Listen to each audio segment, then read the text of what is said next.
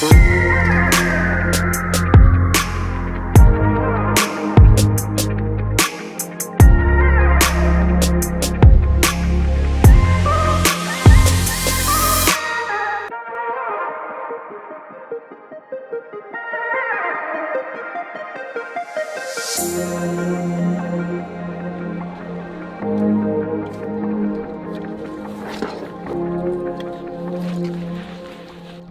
what are we doing today, Nick? So someone in my council, a guy named Andrew, he's one of the top Facebook guys for real estate agents here in Canada, has a video podcast show called Over a Pint. So we drink beer and we talk about marketing stuff and things that can help real estate agents. So brother. How's it going? All nice right. to see you. Everything good? Can't Oh, complain. the beer's ready. We are ready to go. The beer is ready. This is going to be a good one. Dude, check this out. Full professionally branded glasses and everything. Look at this. It even looks way. like me. It does. The guy did a great job. I'm gonna need to get me some glasses. Yeah. You do, as a guest, get to keep one. Oh, actually? I want my face on one. Yeah. I'll give you my guy.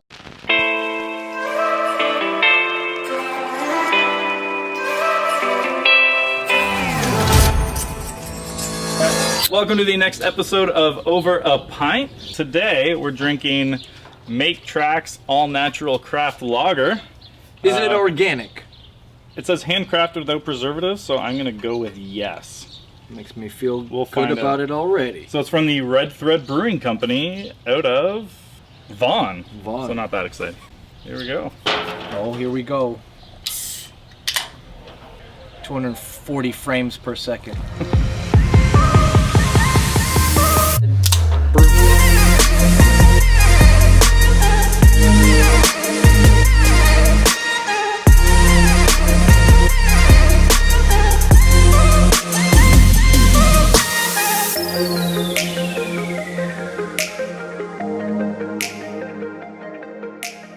Well, let's cheers. Cheers. Yeah. Welcome to the show. Thank you for having me. Never had a show over beer, so Well, hopefully I'm the only one doing it. Otherwise, then it gets weird. No one else can start copying my show now. well, you're the first. Yeah. Yeah. I mean, it's pretty similar to Hot One. That's actually pretty good. Yeah, it's good beer. I like it. And we got more for when you're ready. Well, because believe it or not, I actually sold copies of my ebook and my course. Yeah. And I don't know anybody, I mean, again, and I know most people watching this may not have an information product of sorts, but like that first time you put money into an ads platform and then see a return, Yeah.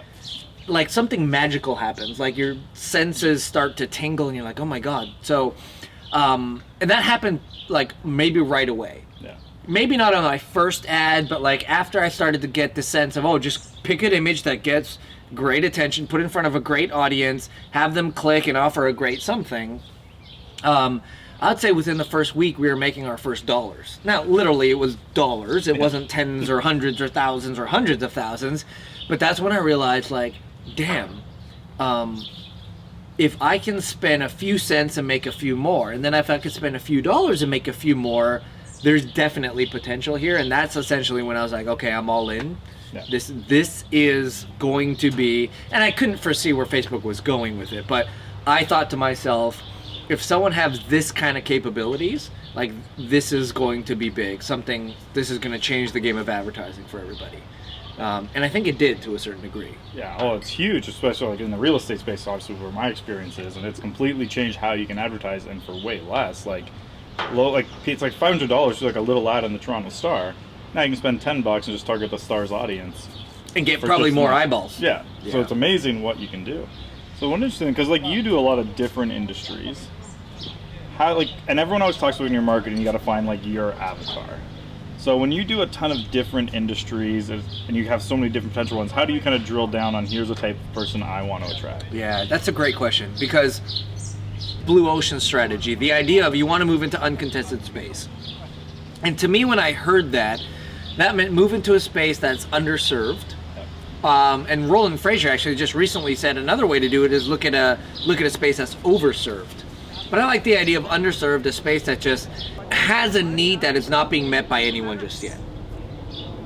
Then I thought, well, not only should they be underserved, but if they could be an affluent segment, then I wouldn't have to have all these conversations around, could I afford your services? So when I first got into the game, I looked out and I said, okay, well, who's underserved and who's affluent?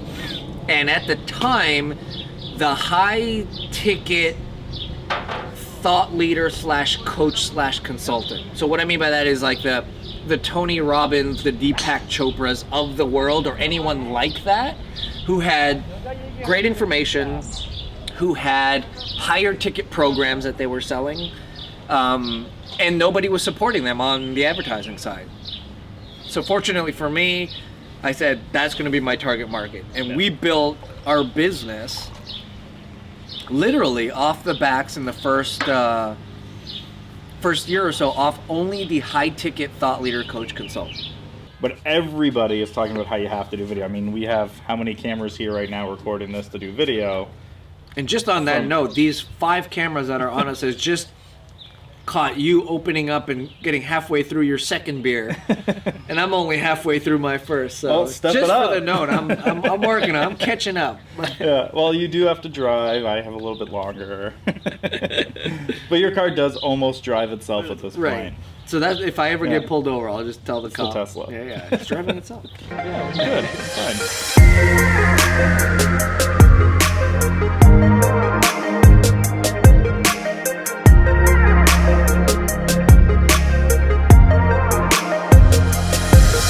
You find like one of the most important parts of the ad is the image. Right. How do you go about picking images for an ad? Yeah, love that. So I'm always an advocate of stuff that we know to be true, but for some reason as business owners, we negate them when we do them. So we all know, I always ask, how, when we buy something, do we buy it based on logic or do we buy it based on emotion? And everyone knows we make purchasing decisions based on emotion, and then we justify it based on logic. And yet, most people, when selecting images for their ads, select stuff that would appease to the logical side of the brain rather than the emotional side of the brain. So that's one thing. Everyone knows that to be true, yet everybody ignores that. So one of the first things I say is, if you had to select an image that told a story that would provoke the emotion you're trying to provoke, what image would you pick? Yeah. Everybody knows the old saying that an image is worth 1,000 words. So if that's the case, like, I like to approach my images as, I have an ad to write, let's pretend Facebook didn't allow me to use any copy at all. So I couldn't use words, I had to rely 100% on the image itself. If that were the case, what image would I choose? And so based on that, again, I'm looking at images that tell a story, that provoke emotion, and then we're going to add some tactical things like upping the contrast or maybe going grayscale just for it to stand out in the newsfeed a little bit. But if people would just realize that when most people are browsing Facebook, they're browsing on this, and they're going like this. Yeah. Right? If you know that that is the basic premise by which your target audience is approaching the platform that you're going to be on, what do you need to do to catch their attention? Like, first it's catch their attention.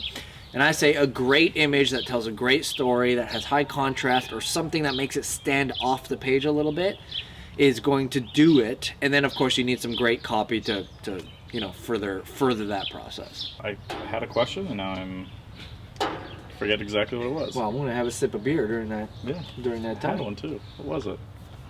I should have had lunch before I came. This is why I don't do it live, because this happens more than I like to admit. Because beer on an empty stomach Gets you every time. slowly. So you got to learn that's now, because so this is a big problem with the show. Can for I get me. crackers, bread? Jessica. And from the copy perspective, how much of your copy is to bring the right person just to keep saying yeah? Because I know like a lot of them, you start with that question that gets the ideal client to say yes. Right. How much of like the rest of the copy in that part is to just as much get that person in as to get people who aren't right out? That's a great question. And I think as much intentional effort is put in to ensure the right people are saying yes to your copy, the same effort needs to put into to have the wrong people say no to your copy. And so a lot of people will ask, like, a lot of people try to do that with the targeting. Yeah. So I know, for example, we work in the financial services space, and some of the people that we work with only want to go after people who have, let's say, $1 million net worth. So they'll say, let's just target people with $1 million net worth with the Facebook targeting. Well, that can work, but the two downfalls to that is that data is not always that accurate, so that's a problem. Especially and it's going away, which is the second problem. And then the third problem is that's going to end up costing you a lot more. So the more targeting you layer on top of each other, the more Facebook's like, wow, this guy really wants to be specific. You're just upping your cost for distribution. But what if you kept it broad, and through your copy, you'd be like, do you have over $1 million that you need to find a safe place to invest? Yep. Now, by simply asking that one question, you are creating a yes response from the right people. You're also creating a no response from the wrong people, and you're doing some pretty decent targeting through just your copy. Yep. And there could be people who may not have been registered in Facebook's database as having over $1 million net worth would see that now because you've opened up the broad targeting, and the copy has rejected the wrong people, attracted the right people, and done your targeting for you. So I think you need to be intentional about that, because advertising, especially in today's noisy, busy social space, is rejection marketing just as much as it is attraction marketing. Get someone like that. So, and that's what is interesting, because like, oh, you finished. So now we got another one waiting for you. And so all this peer pressure. Oh, I might do a version of this. I don't know if it's copywriting your idea, but like, you know how they had the hot wings thing? Yeah. What if it was just shots? Yeah, I've thought about it, but that would get sloppy. Yeah, that would get sloppy. Because like, if you lined up, because the way the hot ones is one question per wing. Yeah. If you line up 10 shots and you do one question, like you could do maybe half shots, but even then, I mean, how many people can But you'll go handle from like 5 well? light alcohol. Like the first shot wouldn't have to be hard alcohol. It could be like a Kahlua.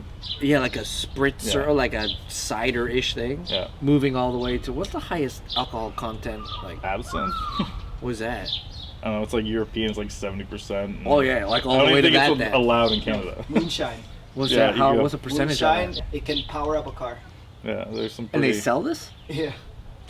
This is a great idea. Moonshine. It's like We're those, onto something. those 10, are the things 10. you talk about, like in Alabama, where they make it in their bathtub. Or what about 5? 5 is aggressive. 10 is Yeah. aggressive. 5. Well, so 5. that And the is- last one being moonshine. Yeah. Perfect. Sounds Yeah. good. Well, I appreciate you coming on. Andrew, Thanks for your time. Absolutely. That Thank was you a for lot the of fun. beer. My pleasure. I got past the Cheers. first one, Yeah. so You did it. so I win.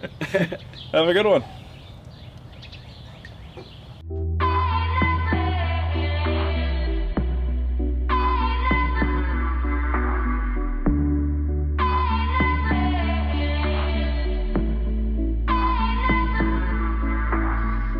Now I'm really being shot up because like Jess is on beer number 2 and I'm still on beer number. you gotta pick it up. Freaking hell! I mean, it's called Over a Pint. There's a theme here. I thought we were having a conversation over a pint. I'm being taken back to like junior high, Parents' house. social freaking like peer pressure. We're really good at that. My God. Welcome to real estate. Okay, well let's keep going.